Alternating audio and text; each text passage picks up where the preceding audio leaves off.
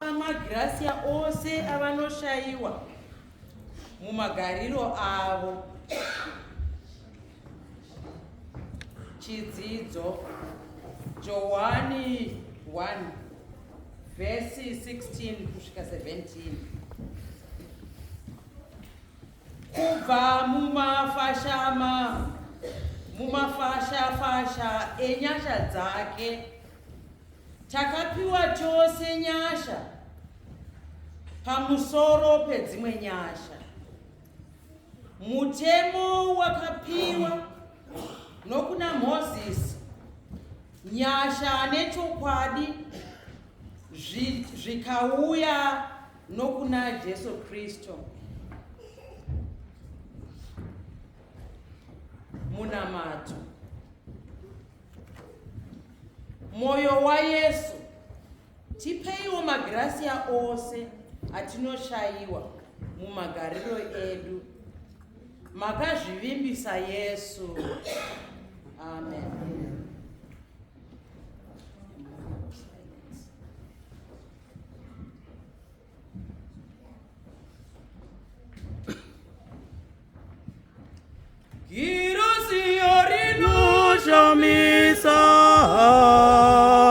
Gracia ramare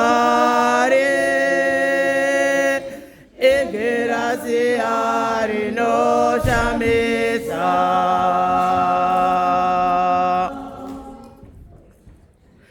gracia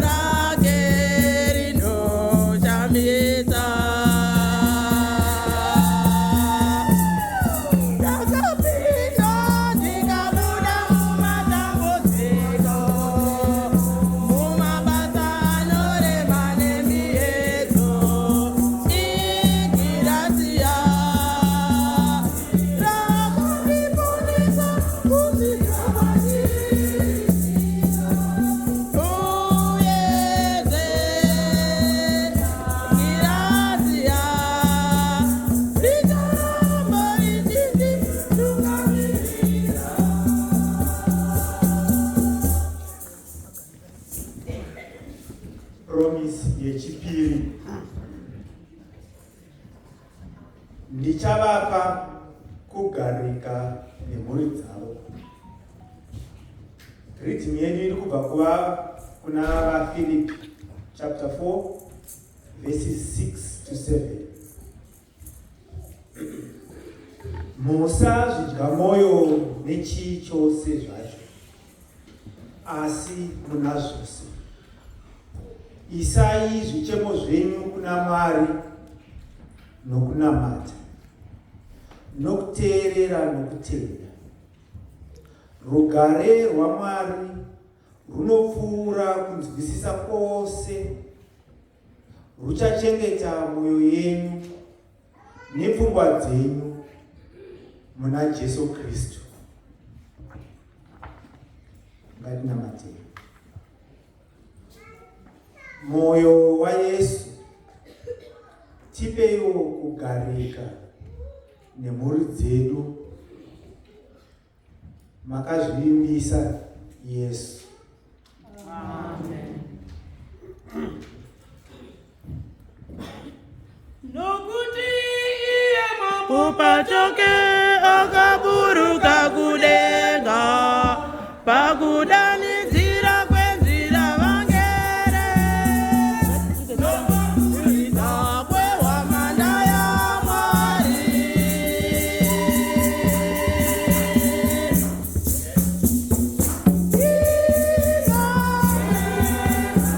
Inotendera kuti Yesu akamuka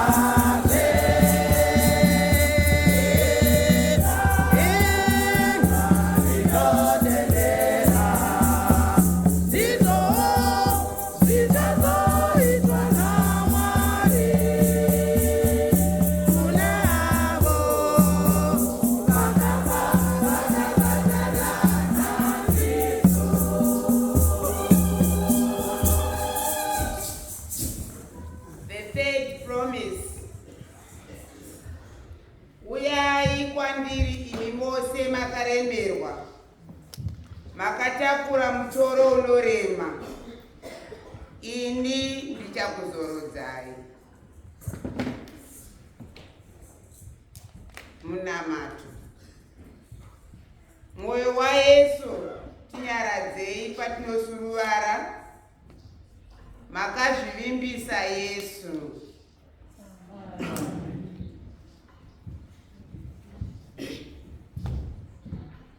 Dombo rangu nemare yangu ndiyo Mwari. Mwari.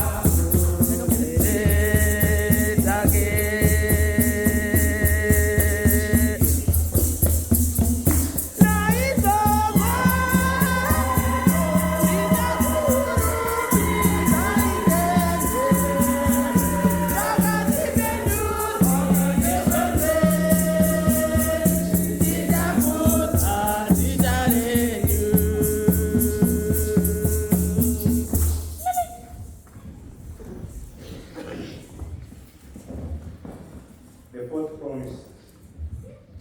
Ndichavachengeta vari vapenyu asi zvikuru kana vari kufa. Chiverengo chinobva kuvaRoma 6:23.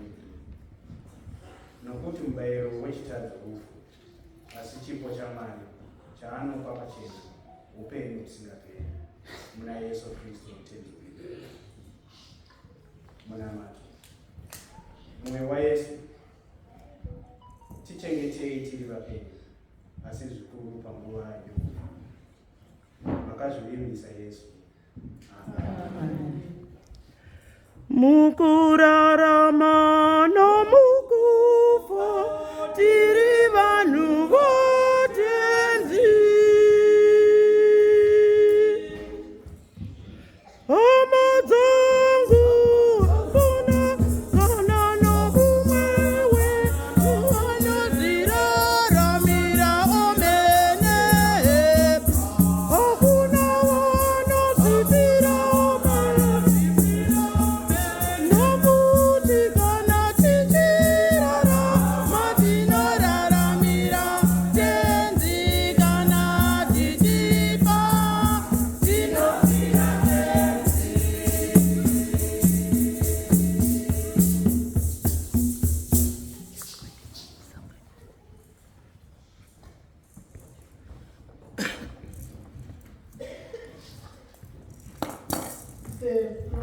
The fifth promise. Zvose zvavachaita ndichavabatsira nezvikomborero zvizhinji. Shoko raMwari 2 Korinde 9:8-9. Mwari anogona kukupai makomborero ose akawanda kwazvo, kuti nguva dzose muve nezvinokwana, muchikwanisawo kuwana zvinhu zvinodiwa pamabasa ose akanaka. Sokunyorwa kwazvakaitwa zvichinzi, kuvarombo ndimupane gombe, ururami hwake hunogara nokusingaperi. Munamato. Mwoyo waYesu tibatsireiwo nezvikomborero zvizhinji pane zvose zvatichaita. Makazvivimbisa Yesu. Amen. Moment of silence.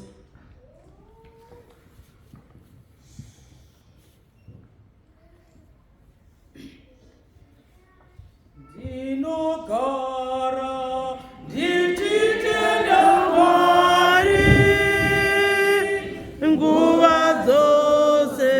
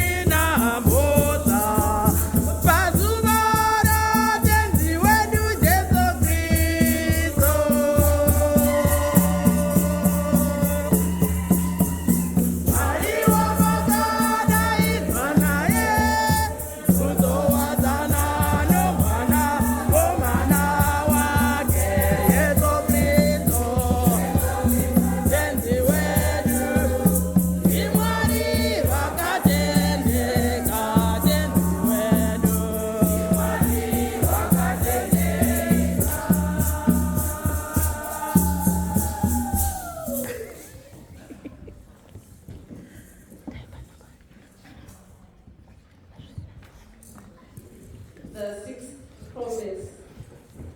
Vatadzi vachaona mwoyo mangu, gungwa remvura huru yengondo.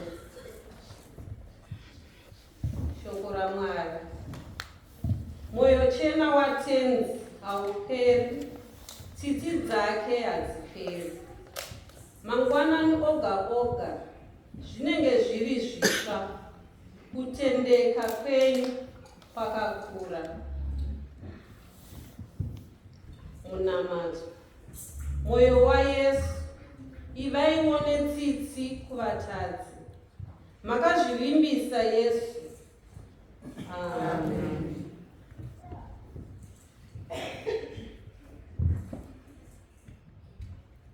Anonwa mvura,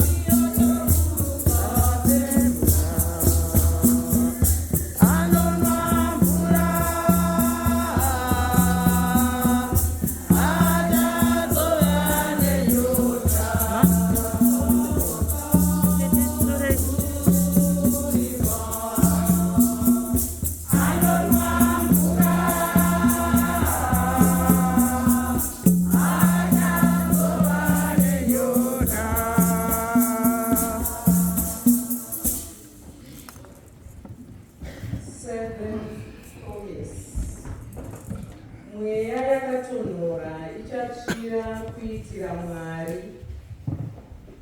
Mushoko raMwari zvakaratidzwa chapter 3 verses 14 to 20. Nyorera mutumwa wesangano rokwaReodheka uti zvanzi naAmen. Iye chapupu chinotendeka chechokwadi, iye mavambo ezvisikwa zvaMwari. Ndinoziva mabasa ako, hautonhori kana kupisa, dai waitonhora zvako kana kupisa. Asi nokuda kwokuti unorudzirira kure, usingatonhori kana kupisa, ndichakusvipa mukanwa mangu. Nokuti unoti ndiri mupfumi, ndakapfuma, handina chandinoda, iwe usingazive kuti uri rombe rinotonzwisa tsitsi, uri murombo, uri bofu, uye hauna kupfeka. Saizvozvo ndinokubayira zani rokuti utenge kwandiri ndarama yakanatswa nomoto, kuti uve mupfumi nehanzu chena dzokuti upfeke, kuti urege kuonererwa ukununu hwako namafuta okuzora. Namato. Mwoyo waYesu, itai kuti mwoyo yakatonhora itsvire kuitira Mwari. Makazvivimbisa Yesu. Amen. Reflection. Moment of silence.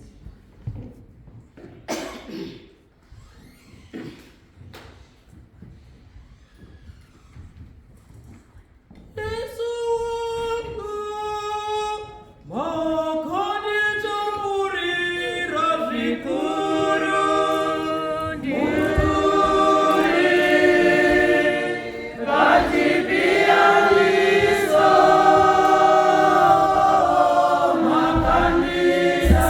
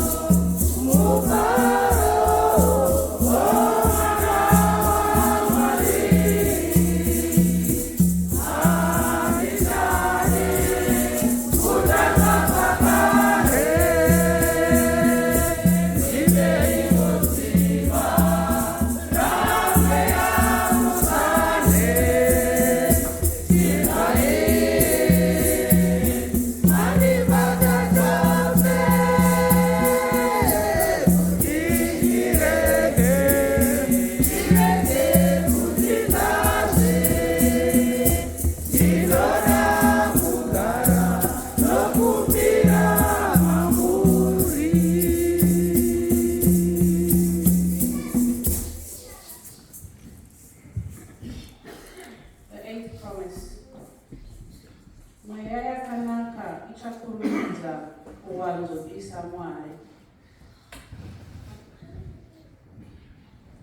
Mushoko raMwari, Mateo 5:6.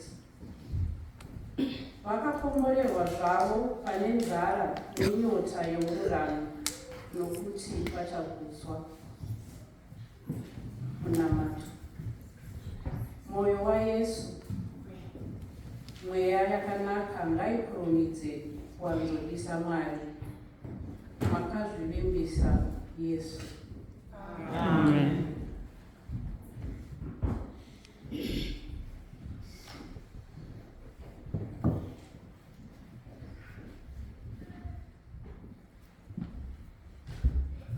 Mwari wangu ndinokudai, ndinokudai.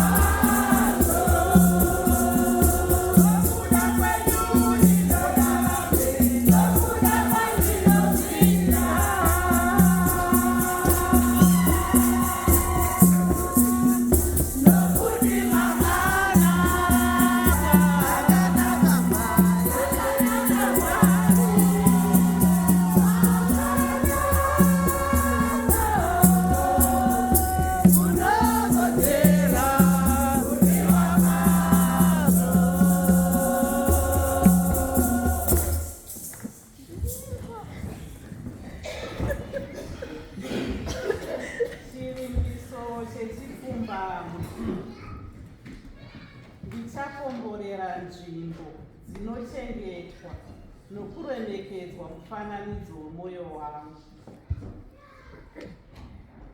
Shoko raMwari. Kuverengwa 21:8. Tenzi ndokutaurira Mozisi achiti, fura nyoka ino uturu hunopisa somoto, uiturike pabango. Saka ani nani anenge arumwa kana akatarisa nyoka yaunopfuura achararama. Munamato. Mwoyo waYesu, komborerai nzvimbo dzinochengetwa nokuremekedzwa mufananidzo womwoyo wenyu. Makazvivimbisa Yesu. Amen.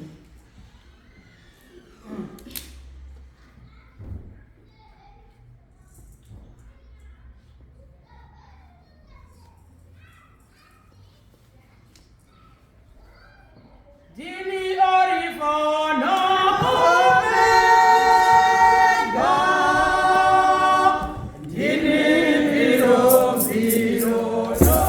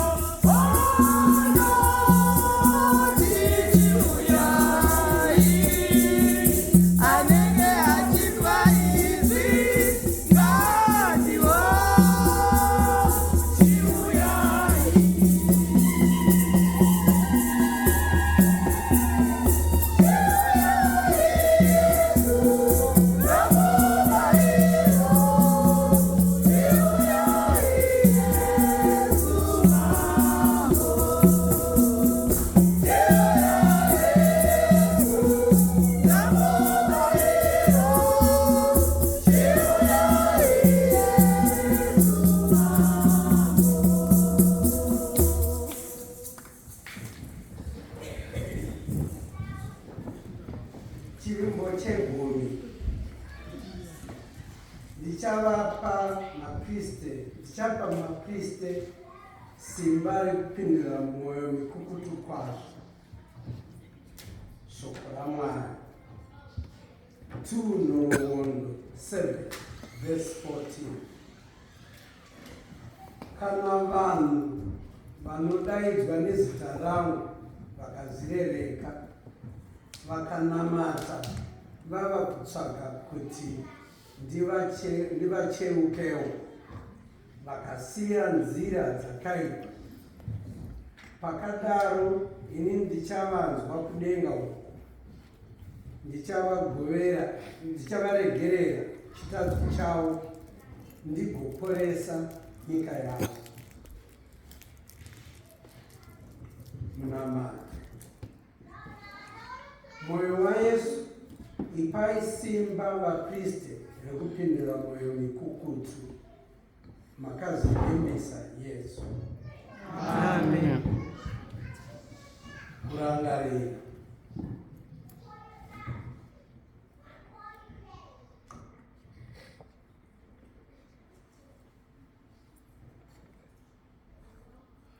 Chanzi okudoizo Jeremia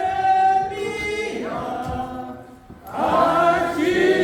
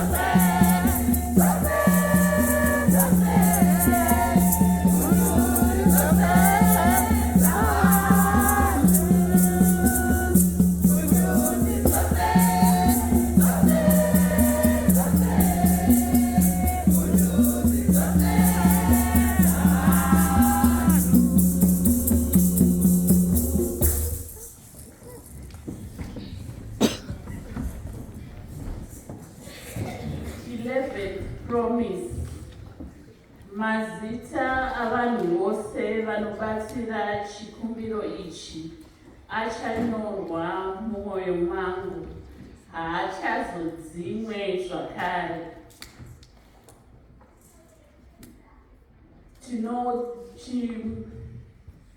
Promise inotsindirwa muna John 7 verses 38.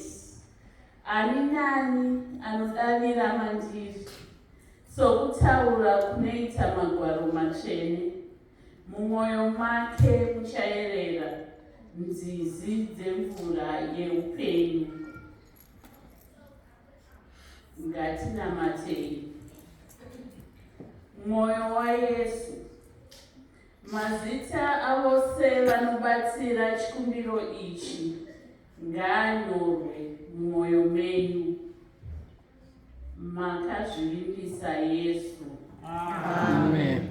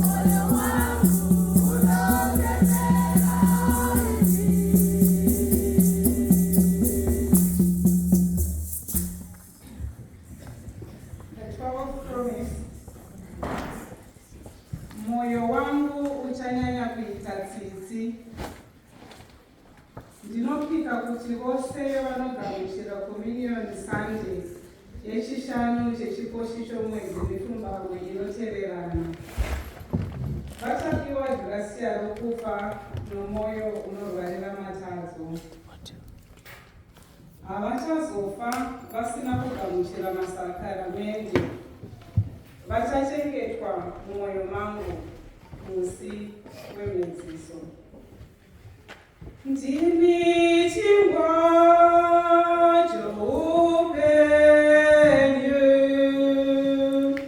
chingwa choupenyu, ndini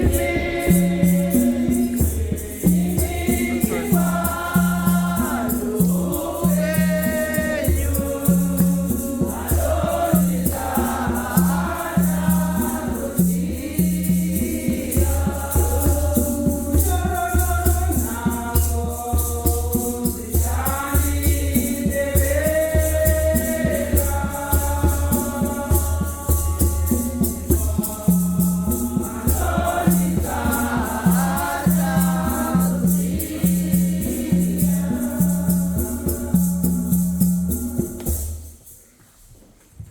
ndiani Mwari akaita semi, anoregerera uipi, anokanganura vanhu kukanganisa kuchitsama chavakasaka rachenhaka yake. Iye haarambi akashatirwa narini narini, nokuti chaanofarira kuita mwoyo chena. Achatinzwira ngoni, zvekare agotsokodzera uipi hwedu pasi petsoka dzake. Muchakanda zvitadzo zvedu zvose pasi pegungwa. Ngatinamatei. Mwoyo waYesu, mwoyo wenyu uchanyanya kuita tsitsi. Makapika kuti vose vanogamuchira communion Sunday chishanu chechiposhi chomwedzi nepfumbamwe inoteverana vachapiwa gracia rokufa nomwoyo unorwarira matadzo. Havazofi vasina kugamuchira masakaramende, vachachengetwa mumwoyo menyu musi uyo wemhedziso. Makazvivimbisa Yesu.